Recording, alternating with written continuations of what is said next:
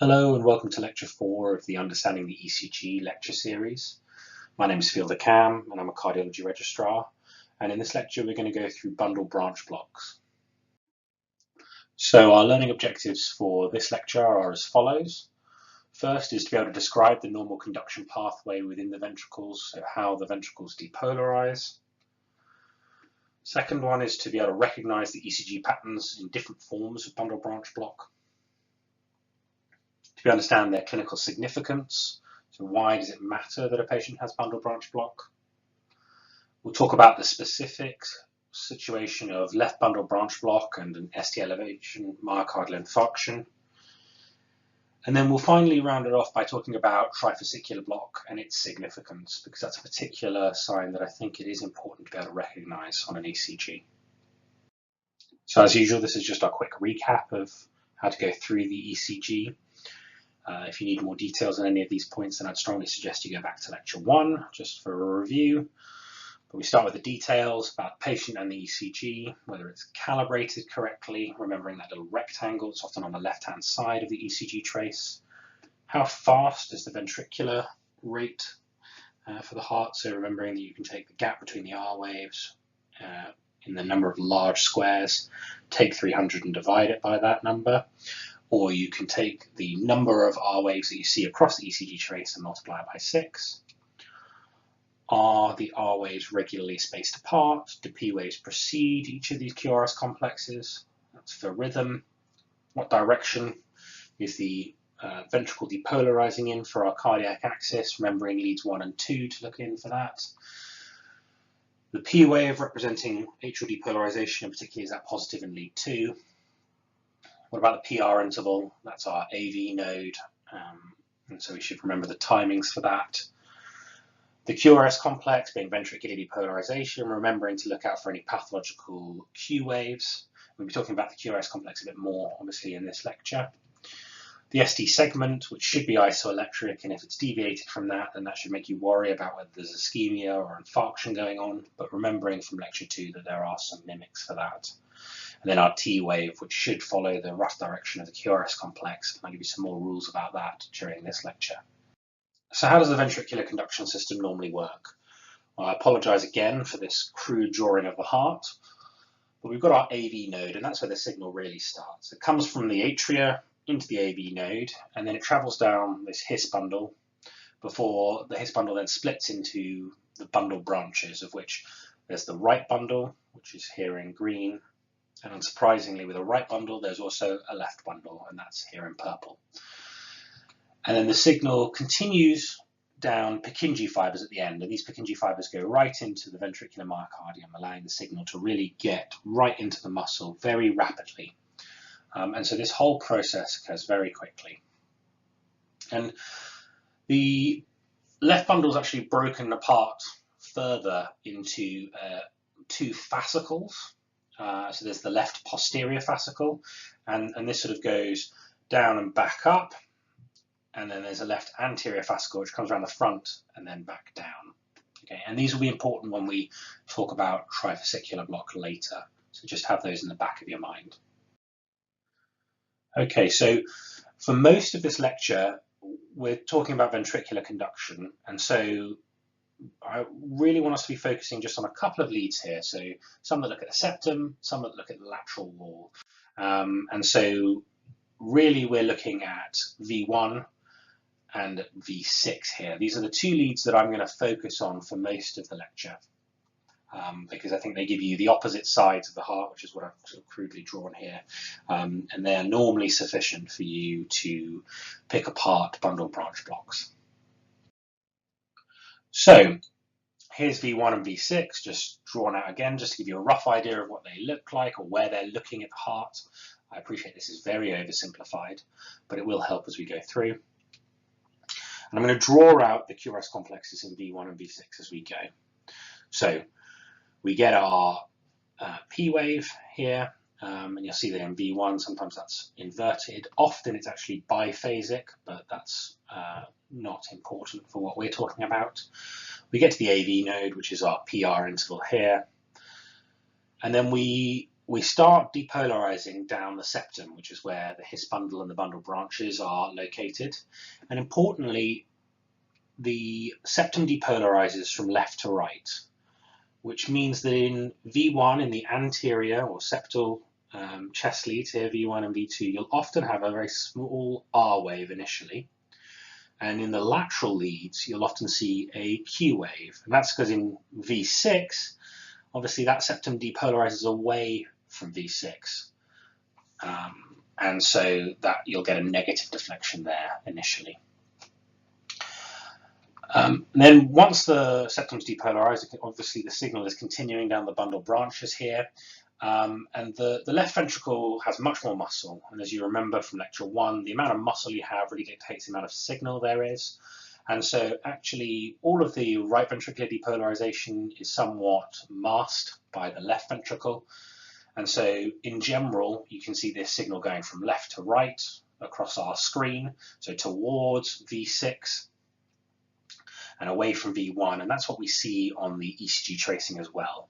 So the predominant signal in V1 is this big negative S wave after that small R wave representing ventricular septal depolarization, and the inverse is seen in V6. So you have a big prominent R wave. And then you get your ventricular repolarization afterwards. And you can see that the QRS complex duration is normally less than 120 milliseconds because we're using the whole signaling pathway here as it's intended. That occurs very rapidly, and so the QRS complex is very narrow. And T-wave inversion is actually quite normal in V1, and so I would expect to see that. So what about left bundle branch block? Well, you can see that I've set this up the same as before, and as before, the atria depolarized, so nothing changes there. And we go to the AV node, and again, that's the same.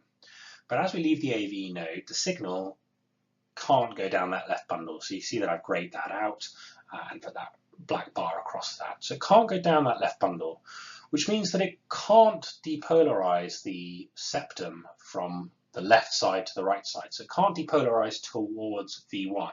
Instead, that signal is going down the right bundle, so it must depolarize from the side of V1 away from it towards V6. And so, unlike with the normal conduction, where you get a small positive wave in V1, you actually now get this Q wave, this negative deflection as the septum depolarizes away from it. And you see the opposite in V6. And that's the mirror image of what we saw in normal conduction. Okay. The signal then continues very rapidly down the right bundle and depolarizes the right ventricle quite quickly. And so the right ventricle depolarizes by itself, slightly out of time with the left side.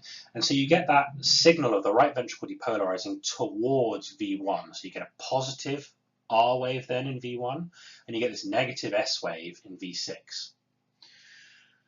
After the right ventricle is depolarized, or as it's depolarizing, the left ventricle is then slowly depolarizing. It's not going through that rapid conducting system. It's going through the ventricular muscle itself in many cases.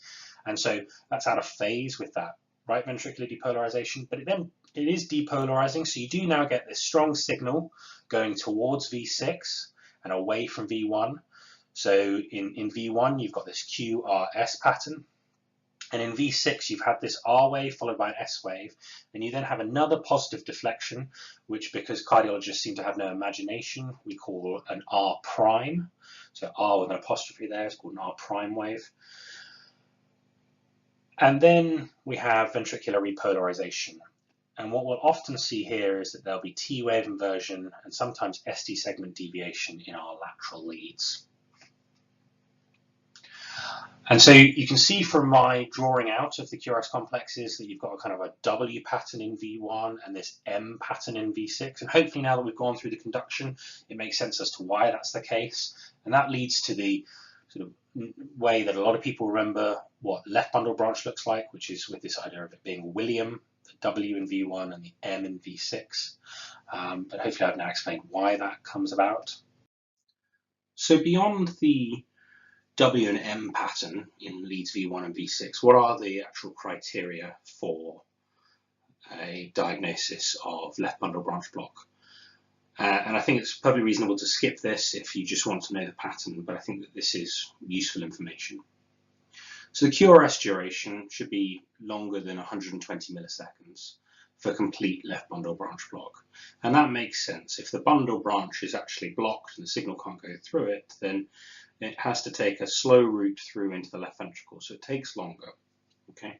If you have a left bundle branch block pattern, so you have that W-type shape in V1 and the M shape in V6, but it's shorter than 120 milliseconds, then it tends to be called incomplete left bundle branch block or partial left bundle branch block. So V1 tends to have either this QS pattern or an RS pattern, but essentially where the dominant aspect is that it's primarily downgoing. And normally it's this QS type pattern, okay, so we've got a deep Q wave initially and then a big S wave as well afterwards, and that's what that's describing there. You should get this M shape in V6, so traditionally it's this notched R wave, so that RSR prime shape that we discussed on the previous slide, and the notching tends to be relatively important, although it's not always there. And this is the sort of notching that I'm talking about. You see this is a very clear M-shaped pattern here. And I think the other thing to go with that QRS duration being prolonged is that it still has to be an atrial rhythm, okay? So ideally, you should be able to see P waves before each QRS complex, because a broad rhythm without clear P waves preceding each one may well be a rhythm of ventricular origin, which we discuss in a later lecture. So I think it is important to make sure you are seeing P waves there as well. So what are the causes for left bundle branch block? Well, there are lots of them. I'm only going to cover a few of the more common or important ones here. First I want to talk about is aortic stenosis. So as the aortic valve becomes stenosed, it tends to become calcified, and that calcification can extend into the AV node and the septum because the aortic valve sits right next to those structures. And because the aortic valve is on the left side, the first area that calcification tends to go into is the left bundle. So you can often get left bundle branch block before you get any other conduction system problems with the aortic stenosis. The second is hypertension. So hypertension leads to a long-term increase in left ventricular systolic pressure, and that pressure can just slowly compress the left bundle. Coronary artery disease is a really common cause for it. So infarction of the anterior septum tends to include that left bundle and can cause left bundle branch block. And then a lot of cardiomyopathies can lead to left bundle branch block because they can cause intrinsic issues with the cardiac conducting system. So those would be the top ones that I would come out with if somebody asked me this in an examination setting. Okay, so time for an ECG example. So here it is up on screen.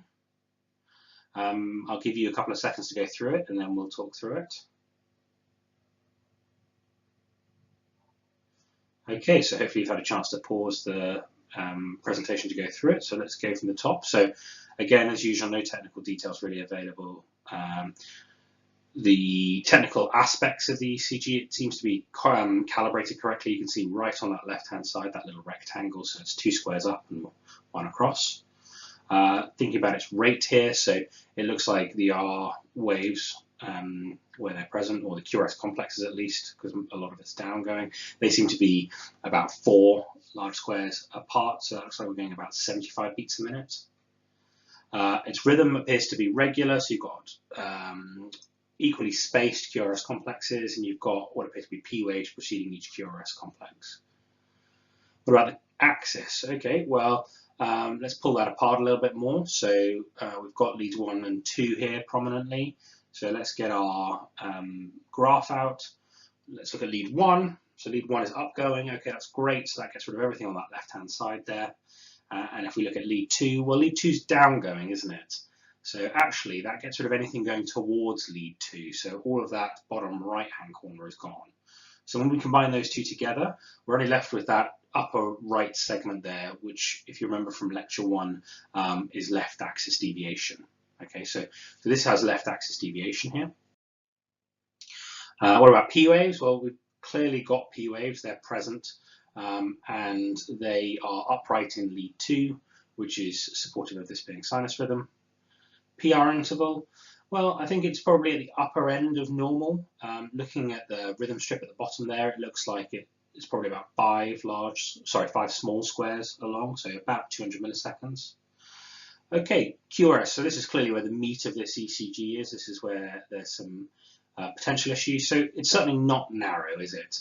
It looks like it's probably at about 120 milliseconds.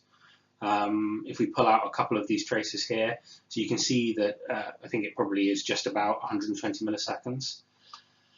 And the morphology is a bit odd as well, isn't it? So we pulled out V1 on the left and V6 on the right, and you can see that actually there's none of that small septal wave that you would expect in V1 that we talked about from normal conduction.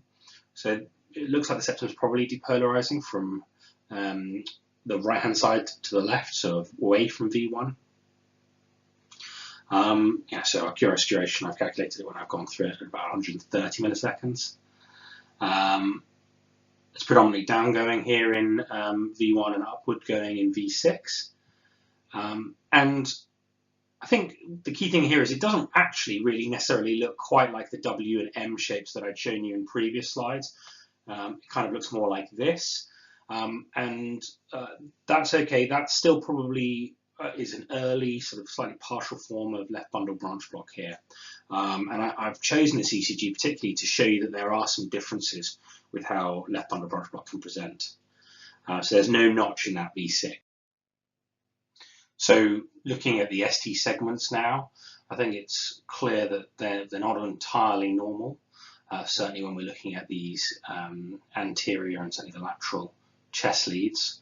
And so if I blow up a couple of them for you, you can see that here there probably is some quite clear ST elevation in V2. So at the J point, you're probably looking at about 1 millimeter to 1.5 millimeters of ST elevation. And there's some ST depression here in V6, which is probably around 1 millimeter. Now, I'm going to show you that the S wave here is about 10 small squares, and the ST elevation is about 1 to 2 small squares. So you're looking at about slightly under 20% probably relative height of the ST segment to the S wave, and that will become important in a couple of slides time, so hold on to that. And looking at the T waves, so they're not entirely normal either, are they? So you can see that certainly there's some T wave discordance, okay? And in bundle branch block, I don't think I'm giving the game away by saying this is a type of bundle branch block here.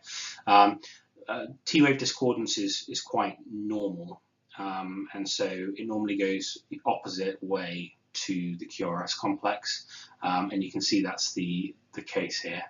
And you've got a biphasic T wave here in V6, and that's slightly less in keeping with left bundle branch block. So that if it was just purely discordant, that would be more appropriate. The fact that it's biphasic is a little bit unusual. So in summary, I think that this is an ECG of somebody in sinus rhythm with a heart rate of 75 beats a minute. They've got left axis deviation and ECG features in keeping with left bundle branch block. So if all else fails, so if you get really flustered and you're just not sure, you know it's a broad QRS, but you're just not sure whether it's a left bundle or a right bundle, there is a little trick you can do. Now, I'm not recommending this fully because I think it can fall down, but it can get you out of jail if you're just completely lost. So don't despair. All you've got to do is turn the ECG 90 degrees clockwise, okay? And then you just look at V1 and see which way it's pointing. And if it's pointing to the left, it's left bundle branch block. And if it's pointing to the right, it's right bundle branch block. And that probably works in my experience, well, almost all of the time. But it's not 100% foolproof. But yeah, so if you're completely lost, if even the William and Morrow side of stuff has completely sort of lost you, or you've just got so flustered, try and do this. All right, and that will help you out. Okay, so what about left bundle branch block and STEMI? Okay, because I know that this gets talked about a lot, that this idea that new left bundle branch block is a STEMI equivalent. and that once you have left bundle branch block, it's really difficult to tell about ST elevation. We've just seen that, haven't we, in the previous ECG example, that person didn't have any significant ischemia. I certainly don't think that it was taken when they were having a big heart attack, but they did have some ST elevation in those anterior leads, so it does make the diagnosis difficult. So left bundle branch block can be caused by an acute myocardial infarction, and textbooks do tell us that left bundle branch block is the same as a STEMI. Now, T-wave inversion and ST elevation, as we've just seen on that previous ECG, are quite normal in left bundle branch block.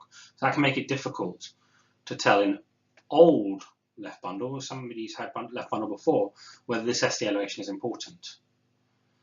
And there's this nice paper here, which I've just given the reference for at the bottom, that shows that actually new left bundle branch block doesn't really predict an MI in and of itself. Okay, it's all about the clinical context. You know, if the person is complaining of central crushing chest pain, they look sweaty and pale, and their ECG suddenly shows new left bundle branch block, then they probably are having a quite significant heart attack. But if they're pain-free and they look very well, then the presence of new left bundle branch block compared with an ECG that was previously taken in an undetermined period of time ago is not particularly suggestive of an MI in and of itself. Okay, so it's all about the clinical context. So how do we go about working out if somebody's having a myocardial infarction if they've already got established left bundle branch block? So you've got old ECGs with them having left bundle branch block. Well, this is difficult because ST elevation is common in the anterior leads in left bundle. But there's a set of criteria, the Scarboza criteria, that have latter been modified. These were developed by Eleanor Scarboza in the mid-90s, and they are pretty good at predicting whether somebody's having an MI with left bundle. So essentially, you can use these in patients who present like they're having a heart attack. Okay, so the clinical context remains important, but if they're having chest pain, they look unwell, then these are the criteria to use. So one is, do they have ST elevation of greater than 1 millimeter in any lead with a positive QRS complex? So that's particularly our lateral chest leads. And as you may remember from the example ECG I showed you, tend towards having ST depression in those leads. So you don't need a huge amount of ST elevation. They don't tend to have ST elevation just because of left bundle branch block in those leads. So actually it's just exactly the same as the standard criteria for a STEMI in this situation. So 1 millimeter of ST elevation in any of the leads with a positive QRS complex. Now, if you get more than 1 millimeter of ST depression in our leads that have a predominantly negative QRS complex, that's also very suggestive of an acute myocardial infarction. So our negative QRS complexes tend to be in our anterior chest leads. As we showed before, they tend towards ST elevation. So even a small amount of ST depression is unusual in those leads, and it's highly suggestive of myocardial ischemia at the very least. And then finally, ST elevation out of proportion. And so this is particularly for our anterior leads where they tend to ST elevation, and explains why I sized up the ST elevation and the S wave on that example ECG. So if the ST elevation is greater than 25% of the size of the S wave, then that is suggestive of the patient having an ST elevation myocardial infarction with established left bundle branch block. Now, the original criteria gave a value of 5 millimeters, but when people have looked at that, again, they found that actually this relative height is much more effective at working it out. And so the modified criteria come from an article by Smith et al. In 2008. The reference is down at the bottom right there. And this has 90% specificity and sensitivity for a STEMI in people with established left bundle branch block. If you're interested, I'd read the article. Okay, so moving on to right bundle branch block now. So you can see we're set up in a very similar way before. We're going to be looking again at V1 and V6, and this is my crude heart model. Okay, so here's our leads. We start in the atria, and again, the bundle branch block has nothing to do with the atrial depolarization, so it looks exactly as you would expect with normal complexes. You get your PR segment there as the signals in the AB node. And now we start trying to depolarize down the bundles, and what we find is that the right bundle is blocked. So the signal can't go down that way. So it goes selectively down the left bundle.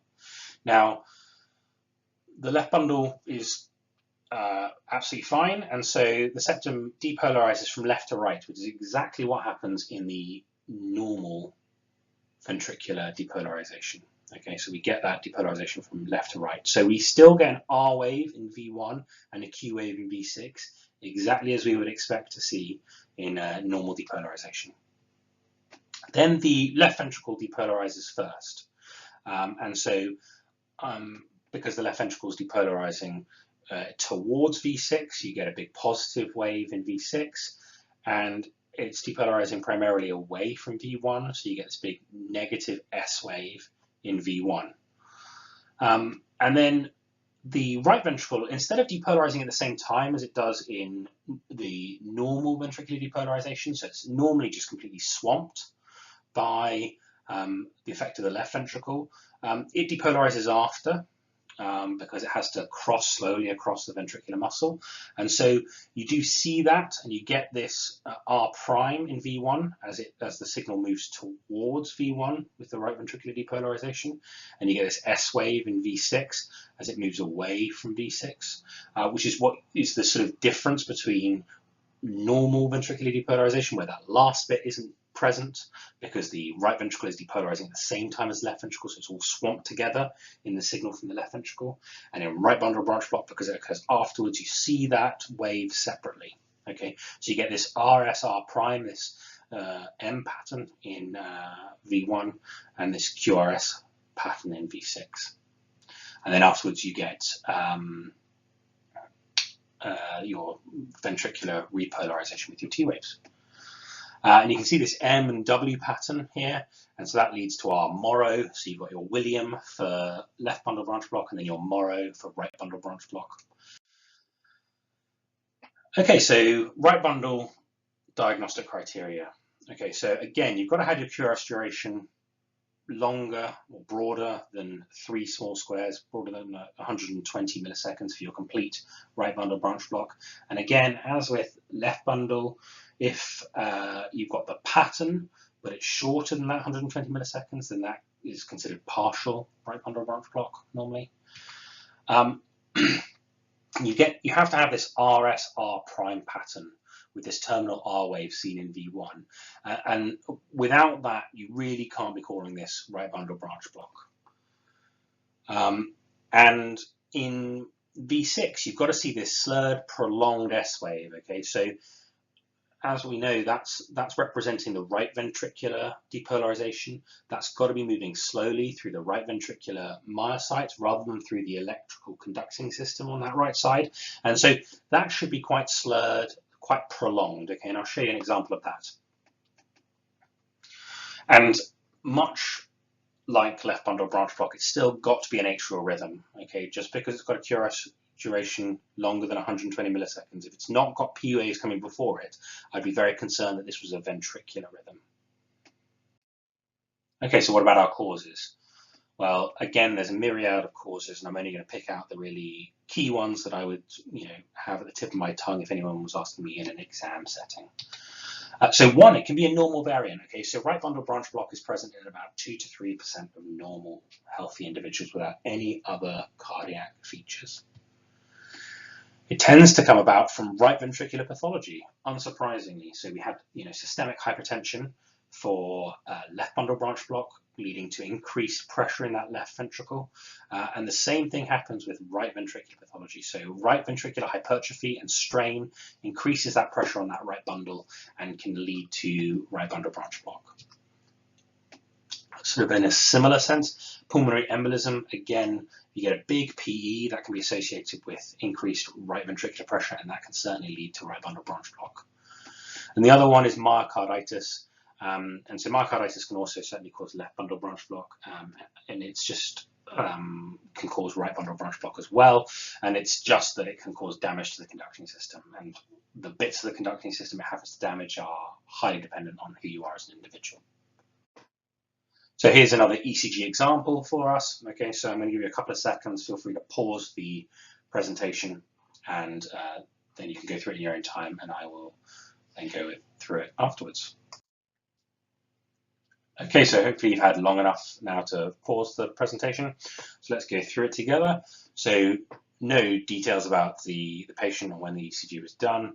From a technical point of view, I think we can agree that it's technically calibrated correctly. We've got the rectangle on that right-hand side of the ECG. In this case, it's up 2 large squares and across 1 large square. And actually, I've included at the bottom here the paper speed. It says speed 25 millimeters per second. And you can see that it's calibrated for both the limb and chest leads the same. So some ECG machines can calibrate separately for those. If you've got somebody who's got a lot of adipose tissue in certain areas, then it can be useful to calibrate them separately. And the same goes that if you've got a lot of left ventricular hypertrophy, for example, you can get very big complexes in the chest leads. And so sometimes you change the sensitivity on the ECG machine, and that's just showing that this happens to be a machine where you can calibrate both separately. Okay. So heart rate here, well, if we count up our complexes, we've got 11 complexes here, so probably going about 66 beats a minute. Okay, and our rhythm appears to be pretty regular as far as I can see. You've got P waves preceding each QRS complex, and the interval between succeeding R waves appears to be constant. So what about the cardiac axis? We'll pull that out here, and we've got our handy graph again. So if we look at lead 1 is predominantly positive, so we know it must be going towards lead 1, get rid of everything on that left side. And lead 2 here, again, predominantly positive, so we know it must be going towards lead 2 as well, so we can get everything out of that top left can be discounted. So when we add those two together, we can see that we're within the normal sector here, right? So this is normal cardiac axis. Okay, P waves. So P waves here are positive in lead 2. So I think we're quite happy that this is sinus rhythm, and they don't look too big either in terms of height or duration. Now, the eagle-eyed view out there may see that there's maybe a slight bifid nature to the P wave, and if you're unsure about that, if you look at the very last complex on the rhythm strip, it may look slightly bifid, but I really don't think that this is P mitrale. So you've really got to have that prolonged nature of the P wave. It's got to be longer than about 3 milliseconds, and this P wave looks to be about 2 up to maybe 2.5 milliseconds. So I don't think this is P mitrale. So any of you out there that were thinking that, I think that's not the case in this situation. Okay, PR interval appears to be pretty normal. I think it's probably about 180 milliseconds from the beginning of the P wave to the beginning of the QRS complex. That's normal. So QRS complex, so again, this is probably where the money is, isn't it? Especially given the topic of the lecture. So we'll pull out V1 and V6 as we've been talking about in our as our example leads previously. So we can see that it's pretty prolonged, isn't it? So I think our QRS duration here, maybe in V6 you could say it's 120 milliseconds. I think in V1 it's up to 160 milliseconds. So there is some intrinsic variability depending on the lead you pick, but I think we can certainly say it's definitely prolonged here. We've got a nice terminal R wave here in V1. So we've got an R prime, haven't we? Because you can see that initial upstroke in V1 before it goes down and then up again. So you've got an R, S, R prime pattern. And here we've got a nice slurred S wave in V6. So you can see that initially there's a very small negative deflection in V6, and then a big R wave there, representing the left ventricular depolarization. And then if you look at how sort of quick that R wave is compared with how broad that S wave is, so that S wave is really where the extra time in the QRS complex is coming from, and that's because of the slow depolarization of the right ventricle here. So that's a nice slurred S wave there. ST segments, they actually kind of look all right, don't they? I don't think there's anything significant. And if we move on to T waves, again, the T waves kind of look okay. You can see here in V1 that there is a negative T wave, but in V6 and most of the rest of the leads, it was normal. And the rule for right bundle branch block is that you take the final QRS deflection. Okay, so if the final QRS deflection is up, then normally the T wave should be inverted. So you should have T wave discordance from the final QRS deflection. You can see it's up here and it's down here, and so that T wave is upright in V6. Okay, and if we so that's appropriate T wave discordance. And if we go back, you can see here that actually, if you look at V3, for example, the final deflection there is very slightly negative, and so you've got an upward T wave there, and so that's pretty a useful rule to have for T waves in this situation.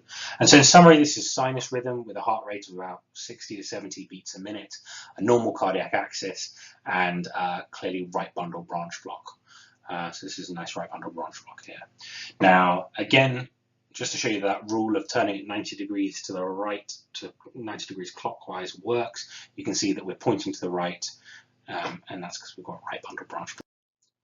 Okay, so having talked about both left and right bundle branch block, I'm now going to move on to talk about trifascicular block.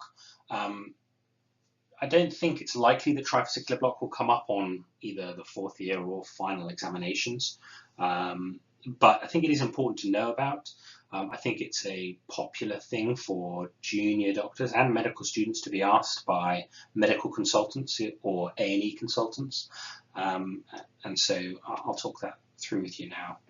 So here's our sort of general conducting system. It's what we talked about earlier. So we've got the AB node going into the His bundle and then the bundle branches.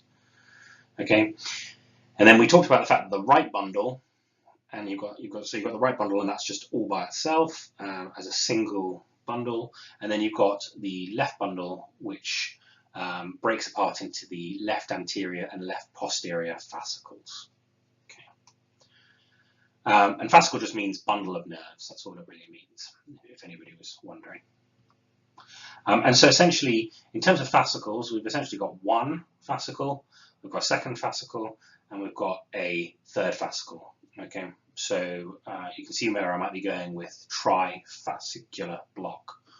Okay, so I think trifascicular block is annoying for a number of reasons, but the first is that there are actually three different meanings for what trifascicular block is.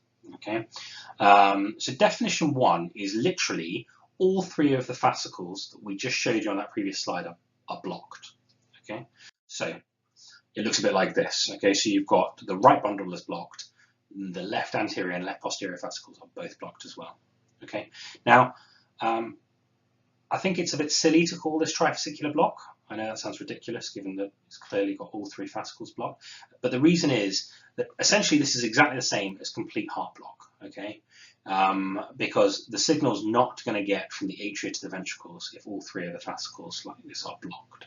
Okay, and so essentially it'll look exactly the same as complete heart block on an ECG, and it should be treated exactly the same as complete heart block. So if you're unsure about what you do about complete heart block or how you tell whether an ECG is showing complete heart block, then I would strongly suggest going back to lecture 3 for a recap. Okay, so definition 2 of trifascicular block is where you've got alternating left and right bundle branch blocks. So if you can imagine that left bundle branch block, when that's present, that means that both the anterior and posterior fascicles of that left side are blocked. So essentially, you're alternatingly blocking two of the fascicles and then another one of the fascicles when you've got the right bundle branch block. So you're getting alternating blocks of all of the fascicles at different times. Okay, so I'm going to show you. So how does this second definition of trifascicular block work? Well, each bundle branch is partially damaged, and this damage tends to affect the refractory period of the bundle, which means that each bundle branch requires slightly longer before it can receive and transmit another signal. So imagine you've got a first beat here, and the left bundle happens to still be refractory at this point. For example, it's an ectopic beat that's occurring, so it's occurring slightly earlier, so the left bundle isn't ready to take another signal at this point. And so I've sort of grayed that out a little bit here. What happens is nothing goes down that left bundle, so the whole signal just goes down the right bundle. And so unsurprisingly, that looks like left bundle branch block. So in beat 2, the right bundle is still refractory. It's just conducted that signal from beat 1, which means that no signal is able to pass down this right bundle. And the signal passes down the left bundle only, because you remember the left bundle didn't transmit the signal last beat. So it's now become fully able to depolarize again. That refractory period is over for the left bundle. So the signal goes down the left bundle, which makes it appear like right bundle branch block. Now in beat 3, that left bundle's just conducted that signal in beat 2, so it is refractory at the moment. So no signal goes down the left bundle, and all the signal goes down the right bundle, looking like left bundle branch block. So this repeats beat after beat with alternating left and right bundle branch block. And it can also be seen with separate periods of left bundle branch block and right bundle branch block that are days apart from one another. And both are just sort of ECG findings that suggest that the conducting system, those bundle branches, are damaged. And they're damaged to such an extent that they're unable to really perform their function. Now, unlike just having right bundle branch block or just having left bundle branch block, this is slightly more serious. Because if you just have left bundle branch block, then actually it suggests that that right pathway is functioning absolutely fine, and people can live with one or other of the pathways working appropriately.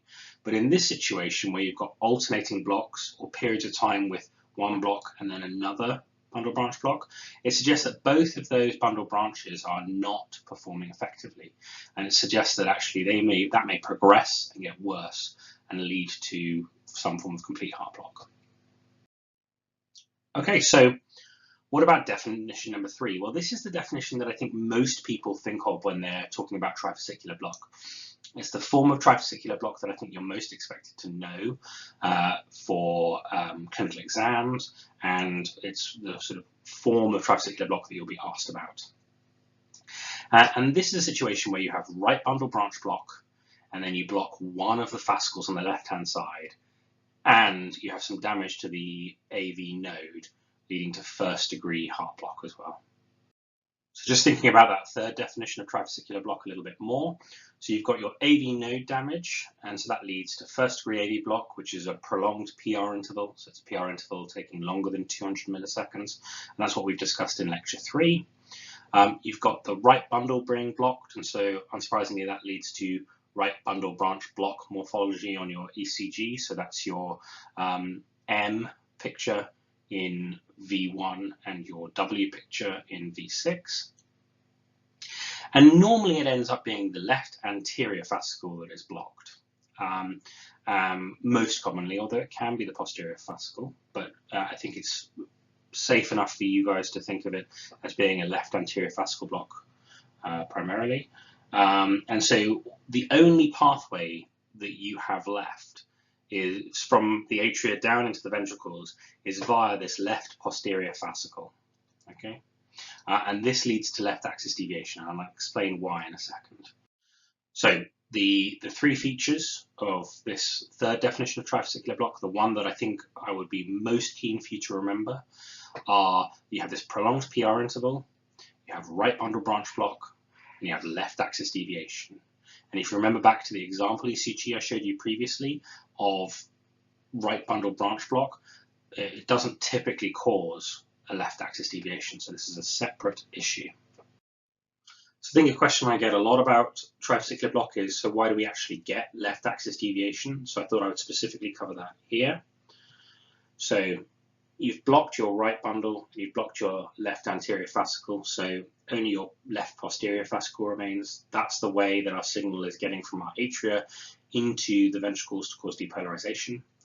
And that left posterior fascicle comes around the back and then sort of upwards, going from the apex towards the base of the heart, moving superiorly. And so it tends to shift this axis more superiorly as well, because if you remember, the axis is your net vector of depolarization. So if you go back to lecture 1, where we talk about that if you're unsure. And so if we map this across, you can see that because that direction of depolarization has become more superior, it's fallen into the left axis deviation territory on our graph. So why do we care about trifascicular block? Well, if it's definition 1, which is that all 3 of the fascicles, so the right bundle and the left anterior and posterior fascicle, are all blocked, that's essentially complete heart block. And so that needs a pacemaker, just like we discussed in lecture 3. If it's definition 2, and you've got this alternating left and right bundle branch block morphology, that also needs a pacemaker. That suggests both bundles are partially damaged. The chance of progressing on to complete heart block is quite high, and so they tend to be given a pacemaker. In definition 3, it's the most recent one we talked about, right bundle branch block, a PR interval prolongation, and left axis deviation. Well, that can cause significant problems with conduction. And so if the patient's had a syncopal episode, so they've had a transient loss of consciousness, then they tend to require a pacemaker. And if they don't have symptoms, if you just see this on an ECG, well, then they need some more prolonged monitoring to see whether they are getting complete heart block, or a second-degree heart block as well. And so if there are no symptoms, they should be given a Holter monitor to look for that. So I think that's all I wanted to cover in this lecture about bundle branch blocks and trifascicular block. But let's just go through our learning objectives, make sure that we've covered everything that we set out to. So we did describe the normal conduction pathway in the ventricles. The signal comes from the atria into the AV node, through the His bundle, into the bundle branches, both left and right, and then into the Purkinje system, and that the septum depolarizes normally from left to right, and that's important for when you're thinking about your bundle branch blocks. So we've gone through and shown example ECGs for both left and right bundle branch block. We've looked at why those patterns develop and talked about some of the true definitions for those patterns and how to potentially more easily recognize them as well. We've discussed the clinical significance of bundle branch block, and in particular looked at left bundle branch block and myocardial infarctions. So both talking about people who've got established left bundle branch block and how you tell if they're having a STEMI, and that's using those modified Scarboza criteria, but also the fact that new left bundle branch block can be a sign of a myocardial infarction, but that it requires clinical context. So if they don't have chest pain and they don't have risk factors, it's no more predictive than any other change in the ECG. And so we've talked about the left bundle branch block and STEMI, and then we've discussed the 3 different definitions for trifascicular block, and in particular focusing on that third definition, which is what most people think of when they're talking about trifascicular block, which is your right bundle branch block with your prolonged PR interval and your left axis deviation. And we've talked about the clinical significance of trifascicular block. So again, as usual, if you've got any questions, best thing to do is either email me or touch base with me on Twitter. I'm very happy to try and answer any questions you might have, or at least point you in the direction of some useful resources. So I very much hope you'll join me for the next lecture in the series. Thanks very much.